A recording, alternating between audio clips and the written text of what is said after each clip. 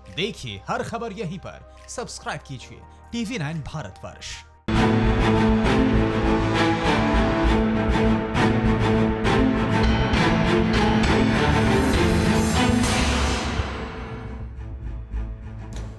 नमस्कार, फिक्र आपकी में आपका स्वागत है। मैं हूं निशान चतुर्वेदी। अगले 1 घंटे तक आपकी फिक्र से जुड़ी हर खबर हम आपको बताएंगे। आइए देखते हैं सबसे पहले क्या क्या है आज आपकी फिक्र की खबरें।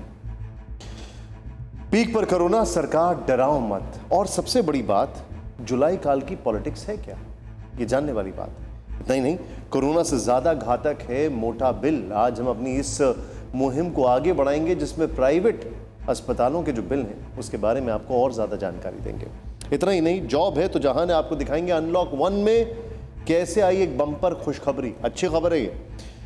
WHO यूटर्न के बाद यूटर्न, त्रासदी को वैश्विक मजाक बना दिया गया है। इतना ही नहीं, हिमालय पर जय हिंद को जय हिंद, चीन को याद आया साझा युद्ध अभ्यास। और ये बड़ी अजीब सी बात। लेकिन इस वक्त कोरोना की फिक्र की 3 बड़ी खबरें हमारे सामने हैं और ये जो 3 खबरें हम आपके सामने लेकर आए हैं इनको समझें आप।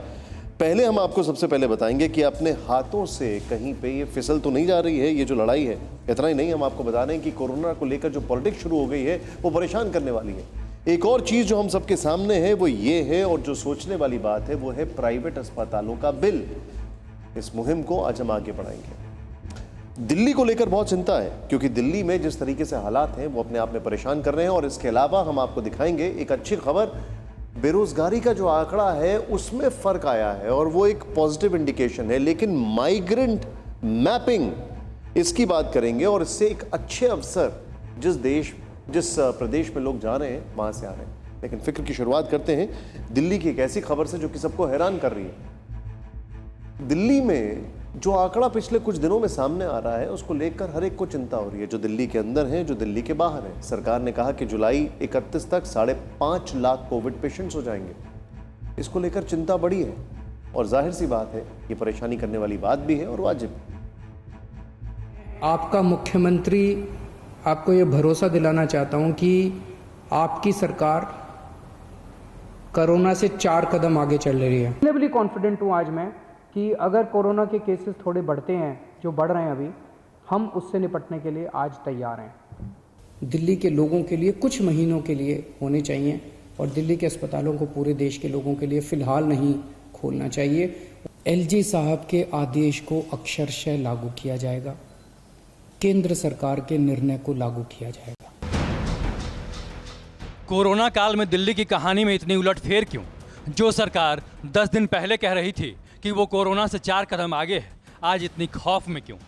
क्या भागते कोरोना मीटर को देखकर वाकई दिल्ली सरकार डर गई है, या लोगों को डरा रही है, या फिर अपनी जिम्मेदारी से पल्ला झाड़ रही है? आइए इसके अंदर की कहानी हम आपको समझाते हैं। 2 दिनों में दूसरी बार दिल्ली सरकार मीडिया के सामने आई। कोरोना का भारी भरकम आंकड़ा बताकर एक झटके में करीब 2 करोड़ लोगों का कलेजा बैठा गई। ऐसा अनुमान है कि 15 जून तक 44,000 केस हो जाएंगे, 30 जून तक 1 लाख केस हो जाएंगे,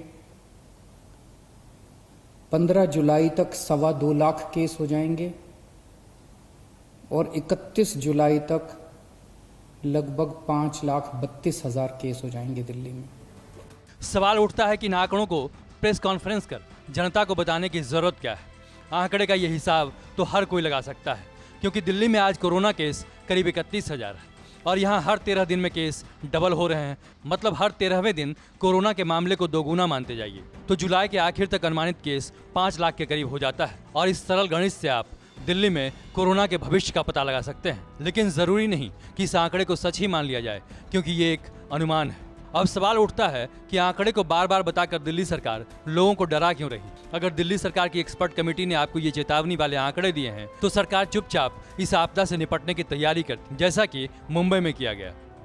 यह मुंबई का उदाहरण इसलिए क्योंकि ये देश की आर्थिक राजधानी है और जनसंख्या के हिसाब से दोनों महानगर करीब करीब बराबर है। आपको बता दें कि मुंबई में कोरोना केस वुहान से आगे निकल चुका है, लेकिन अभी तक यहाँ अफरा तफरी नहीं मची है। ऐसा क्यों? इस आंकड़े से समझिए। 23 मई को मुंबई में डबलिंग रेट था 11 दिन, तब वहाँ कोरोना के 28,000 से ज़्यादा मामले थे। उस हिसाब से यहाँ हर 11वें दिन केस दोगुना होना चाहिए और यहाँ 4 जून को ही आंकड़ा 57,000 को पार कर जाता है। जबकि 6 दिन बाद भी आज यहाँ कुल संक्रमितों की संख्या करीब 51,000 है। मुंबई में अगर सरकार डबलिंग रेट 11 दिन को मानकर चलती तो उस हिसाब से यहाँ जुलाई के आखिर तक आंकड़ा 18,30,000 को पार कर जाता। मतलब मुंबई में भी सरकार अगर चाहती तो इस आंकड़े को लेकर करीब 2 करोड़ लोगों को डराती रहती। लेकिन ठाकरे सरकार ने ऐसा नहीं किया, बल्कि संकल्प और संयम से कोरोना पर कंट्रोल करने की कोशिश की और अब मुंबई में डबलिंग रेट 11 की बजाय 21 दिन हो चुका है। दिल्ली में भी सरकार को इसी तरह बिना शोर शराबा आपदा से निपटने की तैयारी करनी चाहिए, बजाय लोगों को डराने के। परवाह देश की, सोमवार से शुक्रवार रात 10 बजे TV9 भारतवर्ष पर।